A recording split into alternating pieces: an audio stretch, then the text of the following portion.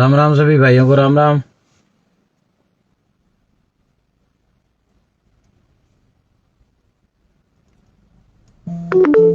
सभी गुरुजय राजेश्वर भगवान के हर हर महादेव। लाइटिंग की वजह से शायद मोबाइल की स्क्रीन पे साफ नहीं दिखे। सभी को राम राम राम राम, जय राजेश्वर भगवान की।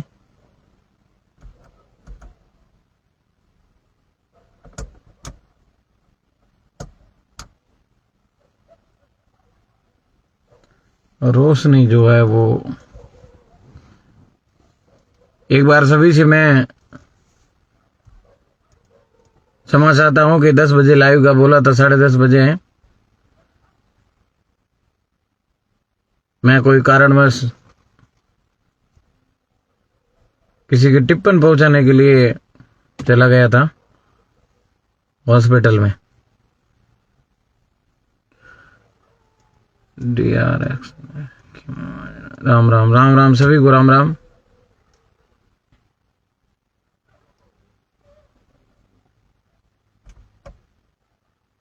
लाइटिंग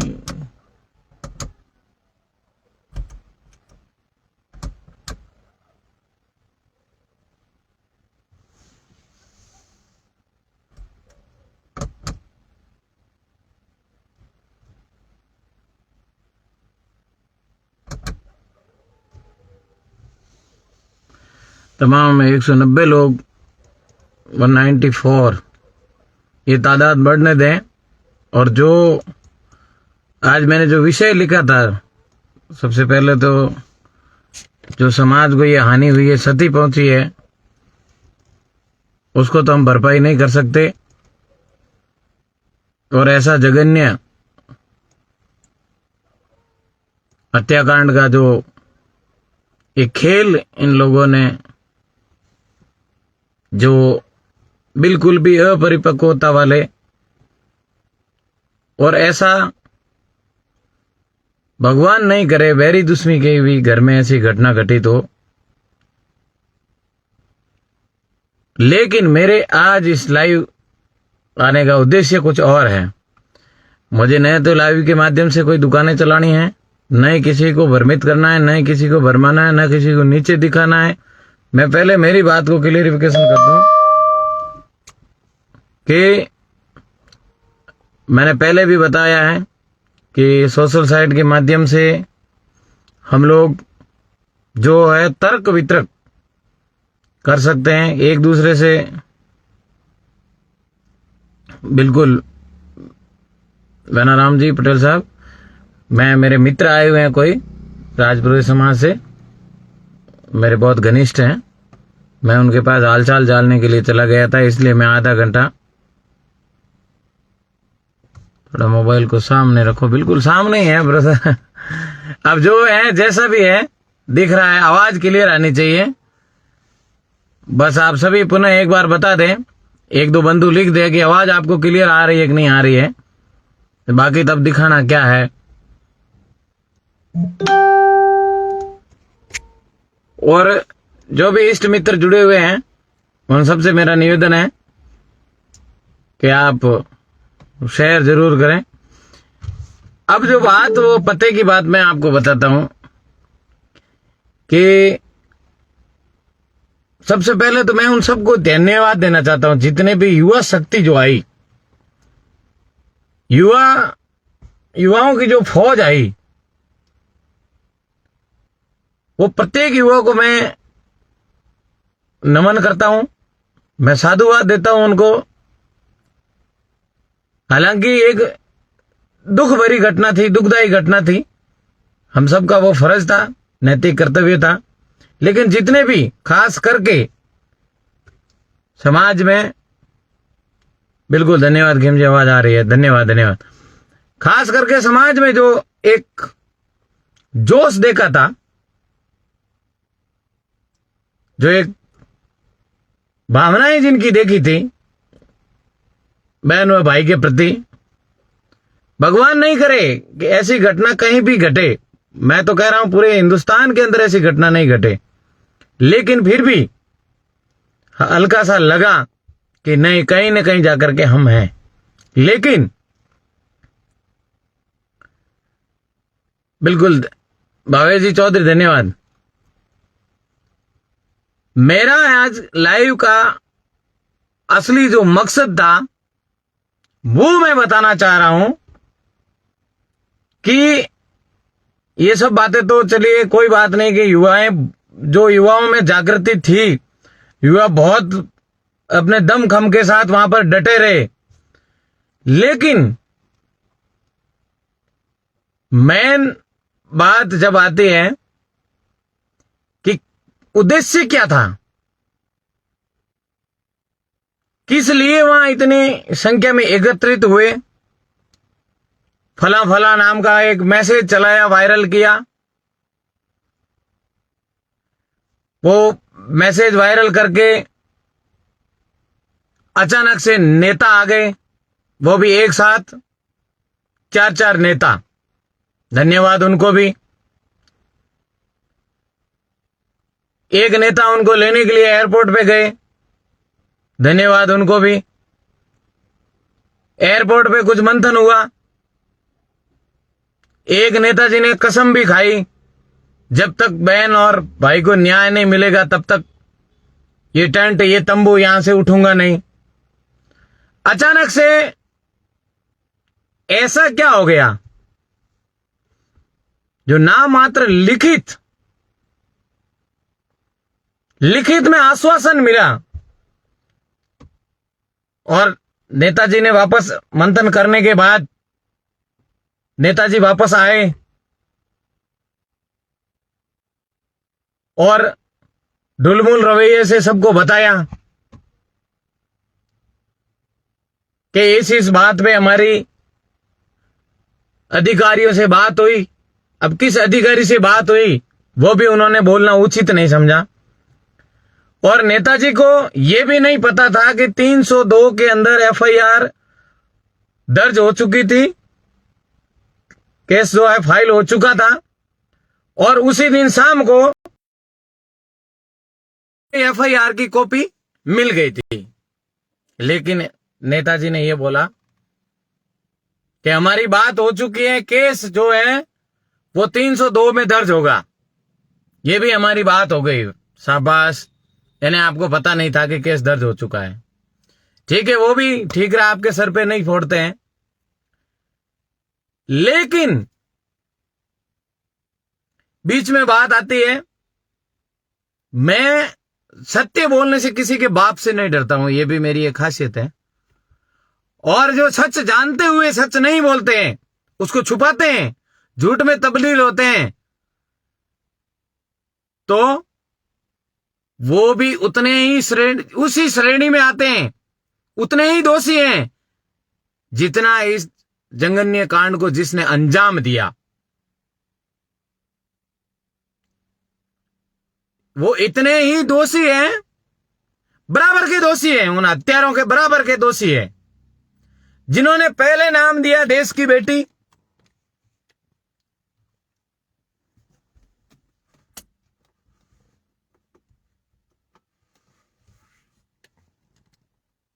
जिन्होंने पहले नाम दिया देश की बेटी। जब उनको वहीं लूनी थाने से ही मैसेज देने की कोशिश की थी मैंने कि आप है जो यहां लूनी थाने आ जाओ,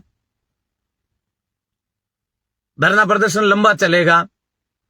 मुझे पता था कि ऐसे ही सटीक से मांगे नहीं मानी जाएगी आपकी, ये तो सबको ही लगभग पता था।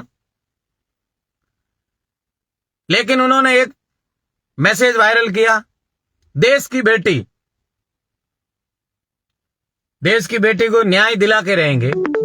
ठीक है, हमने भी हामी में हाँ मिलाई, रात को 11 बजे तक लूनी थाने में थे, 11 बजे चल करके मोर्चरी आए। अब मुझे ये बातें बता इसलिए रहा हूं, मुझे किसी से सर्टिफिकेट तो नहीं चाहिए कि मैं नेमाराम हिंदू, मैं नहीं, जिसने तो मैं कहा वो तो मर गया। अहंकार तो राजा रावण का भी नहीं चला, मैं नहीं, जो हम सब ने वहां पर, हम सब थे वहां पर लूनी थाने के अंदर। 302 का केस फाइल उसी समय हो गया था और एफआईआर की कॉपी भी दे दी थी लगभग 6 बजे के समथिंग।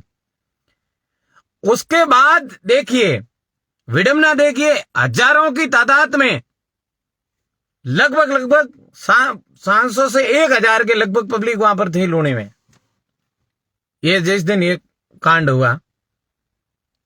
उसके बाद विडम्बना देखिए, एक मैसेज वायरल चला कि हम बसें भेज रहे हैं जगह जगह पे। देखिए इनको, जिनको यूं ऊंची अंगुली करके, आड़ी तिरछी नजरें करके, फोटो खिंचवा के वो वायरल करने के लिए, यानी कि अपने आप को स्थापित करने के लिए, अपने आप को साबित करने के लिए कि मैं फलाना गांव का फलाना हूं और मैं ये हक, ये न्याय देश की बेटी के लिए लेके रहूंगा।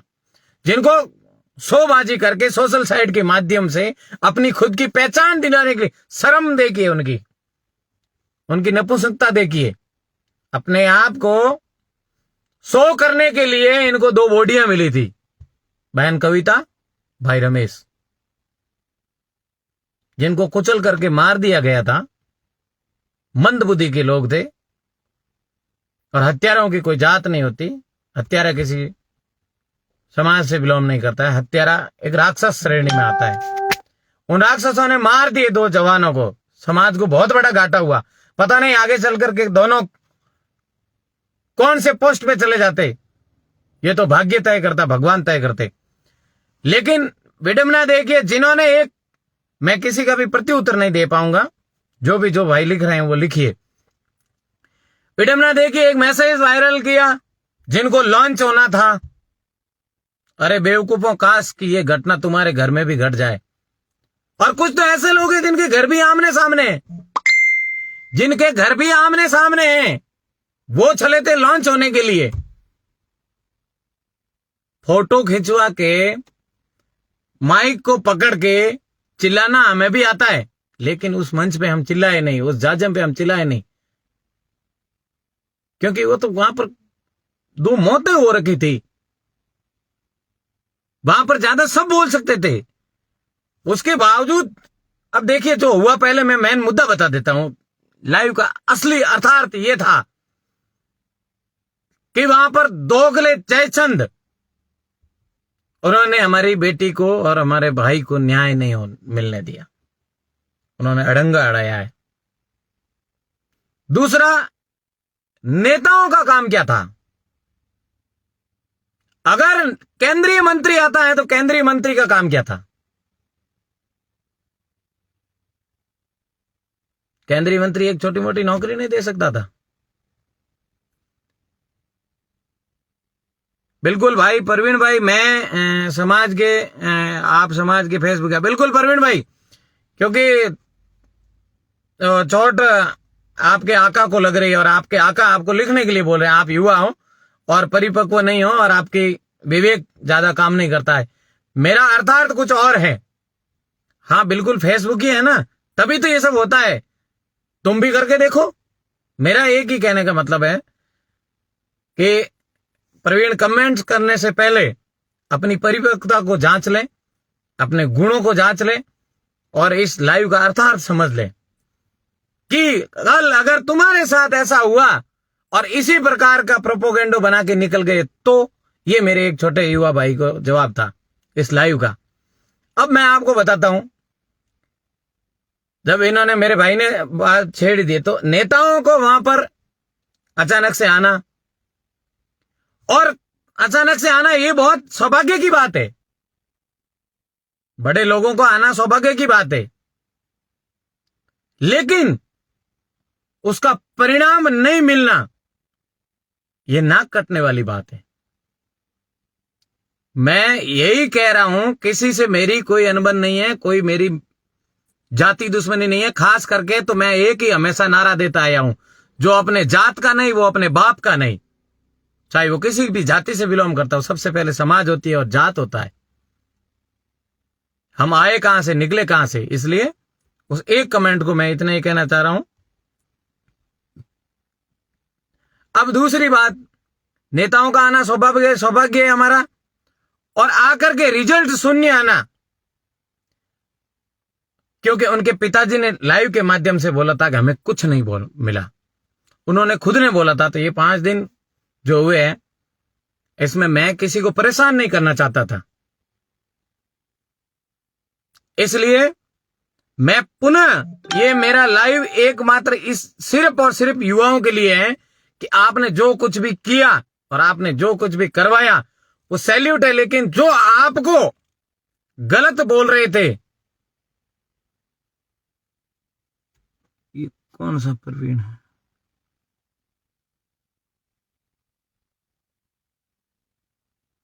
चलिए कोई बात नहीं,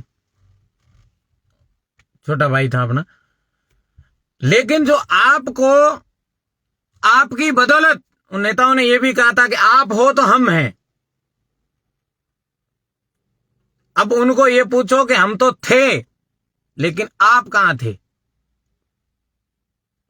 मैं न तो किसी को मुर्दाबाद के लिए बोल रहा हूं, न किसी का गलत नाम लेने के लिए बोल रहा हूं, न किसी को गलत कह रहा हूं। आप मेरी भावनाओं को समझिए, मेरे लाइव का अर्थ समझिए, नहीं तो कोई बड़ी बात नहीं, नहीं तो कोई बड़ी बात नहीं। मुझे आप सबसे कोई मेडल्स, मुझे आप सबसे कोई सर्टिफिकेट्स, मुझे आप सबसे कुछ नहीं लेना देना है। मैं सिर्फ और सिर्फ इसलिए लाइव आया कि जो लोग युवाओं को बार बार बोल रहे थे, बेटा बेटा करके भी एक बंधु संबोधन कर रहा था, उस समय वो ये समय नहीं था। कुछ लोगों ने ये भी बोला ज्यादा उछलो मत, फुदको मत, शांत रहो। देखिए आदरणीय हनुमान जी बेनीवाल ने भी जब युवा ओंकार रैली थी अग्निवीर के खिलाफ, तब भी किसी को बोला था तो नेमाराम हिंदू लाइव आकर के बोला था, लेकिन मैंने गलत नहीं बोला। फिर उसके बाद में कुछ लोगों ने उनको बोला चले जाओ, ऐसे मत करो। नहीं, तुम भीड़ की बदौलत हो, अगर बगैर भीड़ कुछ कर सकते हो तो वहां पर भूखे रह करके आमरण अनशन करके दिखाते कि मर जाऊंगा, बॉडियां ले गए, पोस्टमार्टम हो गए, जला दिया, कर दिया। लेकिन जो बात मैंने पहले बताई थी उसी बात पे अडिग रहूंगा, मैं मेरे असल बाप की औलाद हूं। लेकिन नहीं, सबसे पहले भागने की फुर्सत आपको मिली।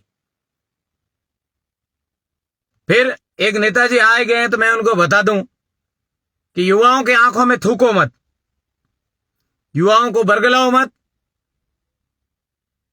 युवाओं को भ्रमित मत करो, उनके साथ खिलवाड़ मत करो। एक संघर्ष समिति बनी, संघर्ष समिति वालों को पता ही नहीं है कि हमने क्या मामला उठाया था, क्या मुद्दा उठाया था और कहां जाकर के इसको एंड करना है।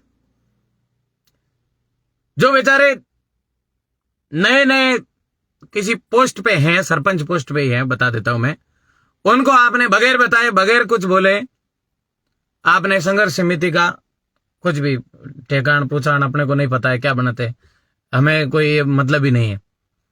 हम तो वहां तक हैं जहां तक तुम्हारी सोच भी नहीं है, हम तो वहां तक हैं। लेकिन ये जो आप अपरिपक्वता की पार्टी जो पढ़ा रहे हैं, आप एक मैसेज जो दे रहे हैं, इतनी बड़ी गैदरिंग संख्या आपके पास थी, इतना आपके पास मतलब एक मेला था, हुजूम सा था, आपने उन सबके साथ क्या किया? आप कुछ नहीं कर पाए। 7 से 8 लोग तो फुल दोगले थे। 7 से ओ, मेरा कोई घंटा भी फर्क नहीं पड़ सकता, वो मेरा कुछ भी बाल भी नहीं उखाड़ सकते।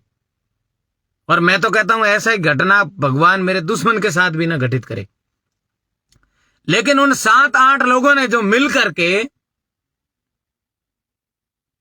इस ऐसे जघन्य अपराध में, जो वाजिब हमारे मतलब एक हक था हमारा, नौकरी की जगह नौकरी, आप कुछ नहीं करवा पाए।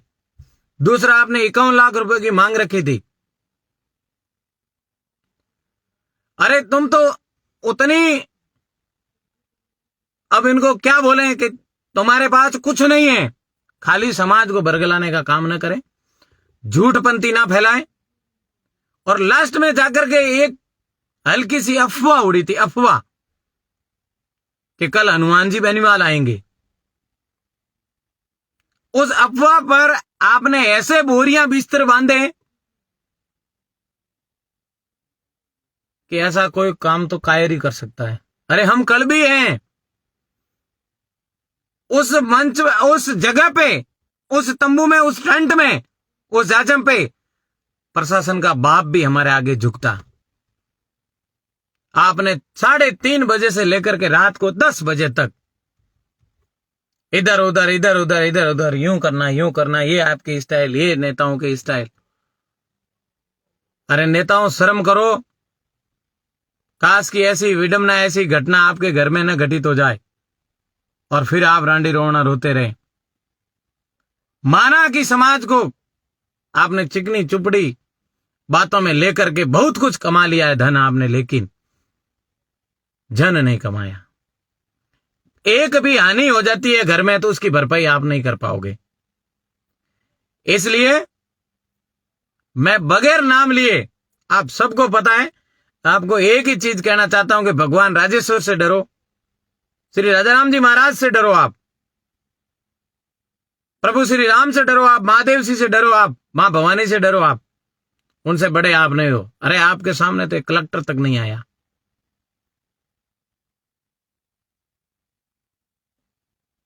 बिल्कुल दिल्ली से वहां आना भी एक अच्छी बात है। बिल्कुल सही कहा आपने। गया क्या भाई, दिल्ली से वहां आए तो।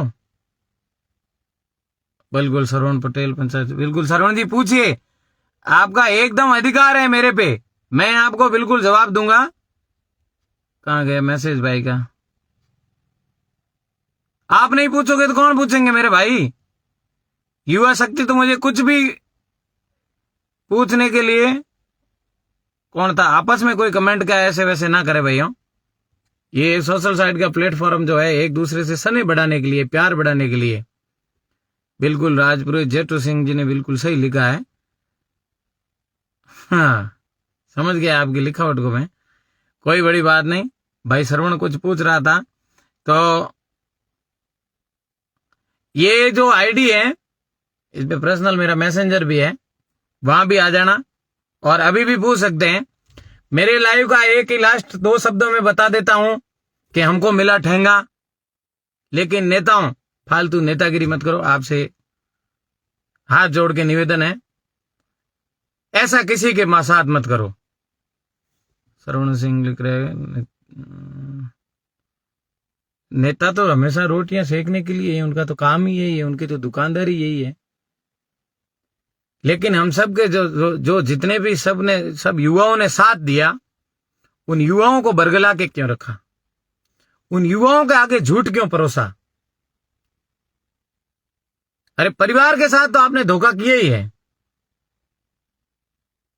30-35 घंटे बॉडी आप लेकर के बैठ गए, कोई बात नहीं, परिवार आना भी बाकी था, बाहर रहते थे, वो साउथ में थे और देखो साउथ से आने में समय लगता है, लेकिन आप कुछ नहीं दिलवा पाए और लास्ट में आप डर गए। अब डरे किस लिए वो तो आप सब जानते ही हैं, बुद्धिजीवी हैं। इसलिए दोबारा ऐसा काम न पड़े, काम पड़े तो युवाओं सावचेत रहें, सतर्क रहें।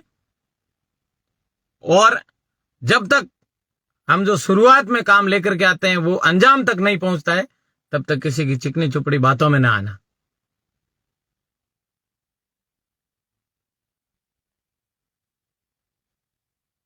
सरदारपुरा भाई, प्रवीण भाई, पता नहीं आप क्या लिख रहे हैं, थोड़ी सी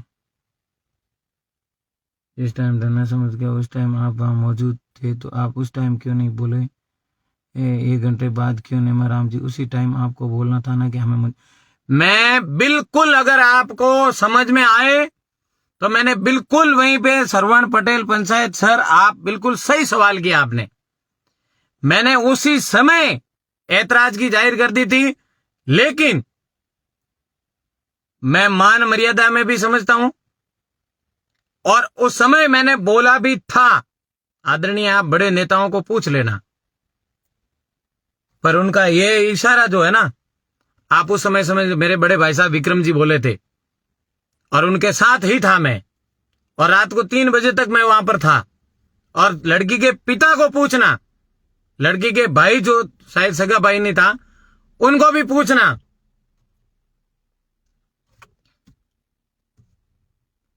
उनको भी पूछना। और मैंने विरोध किया था, बिल्कुल मैं मौजूद था, आखिरी तक था, और समाज का जब काम पड़ेगा उस समय मैं मौजूद ही रहूंगा। आप ये भी एक मेरे से लिखित में ले लें। वैसे तो मेरे भगवान नहीं करे राजेश्वर कि ऐसा काम पड़े किसी के भी परिवार में, लेकिन ऐसे काम में हमेशा बंदा आगे मिलेगा। मुझे न तो किसी के गांव का वार्ड पंच बनना है, न कोई सरपंच बनना, ना उप सरपंच बनना, ना एमएलए बनना, ना एमपी बनना, कुछ नहीं। एक तुच्छ मात्र प्राणी हूं समाज का आपके, इसीलिए खुल के बोलते हैं, सीधा बोलते हैं। इसलिए ये जो बोरियां बिछाने वाले, दरिया बिछाने वाले, सापा पहनाने वाले, माला पहनने वाले, बोतल, पानी की बोतल लाने वाले, ये सब ऐसे सेवा भावी करिए, सोच रहे हैं कि हमारी पूछ खत्म हो जाएगी, लेकिन नहीं, आपकी ये गलत फहमी है। नेमाराम अगर किसी संगठन से भी है तो आज 900 लोग लाइव देख रहे हैं, मैं उन सबके सामने शपथ लेता हूं कि चलिए छोड़िए, जो श्री राष्ट्रीय राजेश्वर सेवा समिति है उसमें मेरे को राष्ट्रीय अध्यक्ष का पद दिया हुआ है, वो भी आप सबके सामने त्यागता हूं। 900 लोग अगर देख रहे हैं, 850 लोग, तो उन सबके सामने भी मैं कसम खाता हूं मुझे किसी संगठन की जरूरत नहीं, लेकिन आऊंगा पलटवार करने के लिए, तो आऊंगा। भगवा के नीचे काम मैं हमेशा करते हुए आ रहा हूं और करूंगा। ये किसी से मुझे कोई जरूरी नहीं है कि कोई मुझे बोले और कोई मुझे प्रेरित करे, वो तो मैं करता रहूंगा, लेकिन समाज के लिए आधी रात को याद कर लेना। पर विषय ये नहीं था मेरा लाइव आकर के बताने का आपको, क्योंकि आपने कमेंट लिखा ना कि आप कहां पर थे, तो आपको गलतफहमी दूर कर दूं मैं कि मैं वहीं पर था, वहीं पर रहूंगा। लेकिन ऐसे दोगले अगर मैं खुल के कहना चाहूं तो अभी मिर्ची बहुत ज्यादा लग जाएगी। इसलिए सभी तमाम जितने भी छत्तीस कौम के युवा आए उन सबको सादर साधुवाद। लेकिन जिन्होंने दोगलापंथी की, भगवान राजाराम जी उनको सजा देंगे। और बार बार मैं यही कहूंगा कि आप हर बार समाज को ठगते हो। ऐसे ठगों के लिए कोई जाजम नहीं होती है। ये चिकनी चुपड़ी बातें करने के लिए आप मत आया करो। धन्यवाद। और भी काफी कुछ दबी हुई बातें थी, लेकिन अब मेरे मुंह से आप ज्यादा सुनेंगे तो कोई मतलब नहीं है। आप सभी को साधुवाद। हर हर महादेव।